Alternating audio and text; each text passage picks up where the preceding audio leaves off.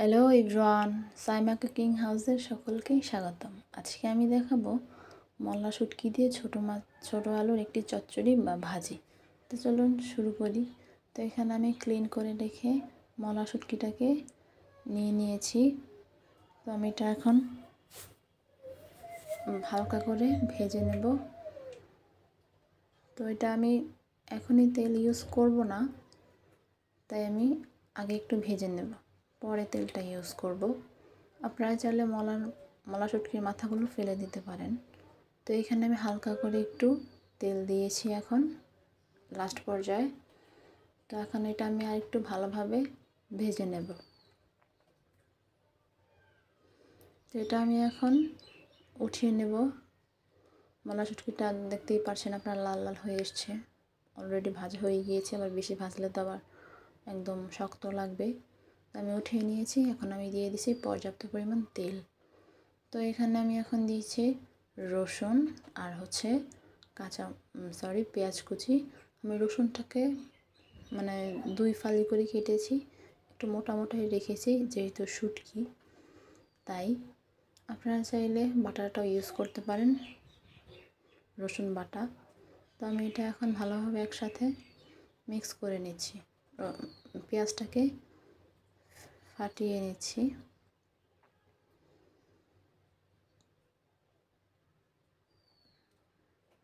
তো এই তো ভাজাভাজি হচ্ছে। এখন আমি দিয়ে দেব হলুদ গুঁড়ো। এখানে আমি 1 চা চামচের মতো হলুদ গুঁড়া দিয়েছি। এখন এটা পেঁয়াজ আর রসুনের সাথে ভালোভাবে মিক্স করে নিচ্ছি। তারপরে দিয়ে দিলাম হালকা একটু পানি। এখন আমি এটাও মশলার সাথে একসাথে মিক্স করে নেব।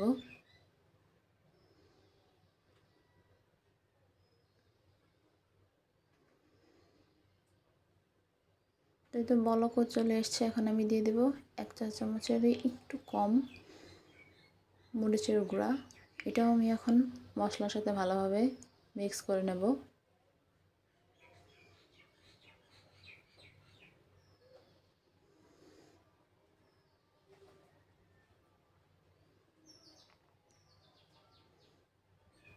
এখন আমি দিয়ে দেব সেই মলা শুটকি আর কাঁচামরিচ। এটা আমি লাস্টে অ্যাড করেছি।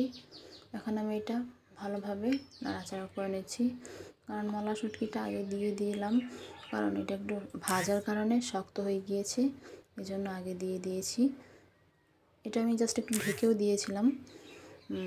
এখন আমি লবণটা অ্যাড করে দিলাম। এটা খেতে কিন্তু খুবই মজাদার, খুবই সুস্বাদু হয়। আপনারা বাড়িতে অবশ্যই একদিন ট্রাই করবেন। তো এই তো আমি ঢাকনাটা সরিয়ে নিলাম।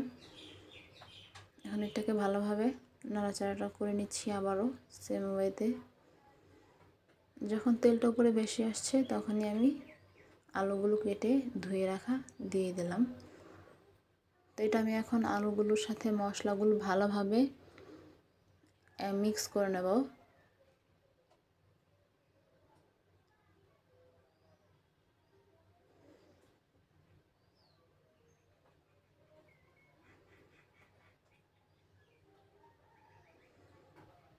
এখন আমি ঢাকনা দিয়ে আবার একটু ঢেকে দিচ্ছি। ফিরে আসছি 5 মিনিট পর। তো এই তো 5 মিনিট পর ফিরে আসলাম। এখন আমি এটা একটু নাড়াচাড়া দিয়ে নিচ্ছি।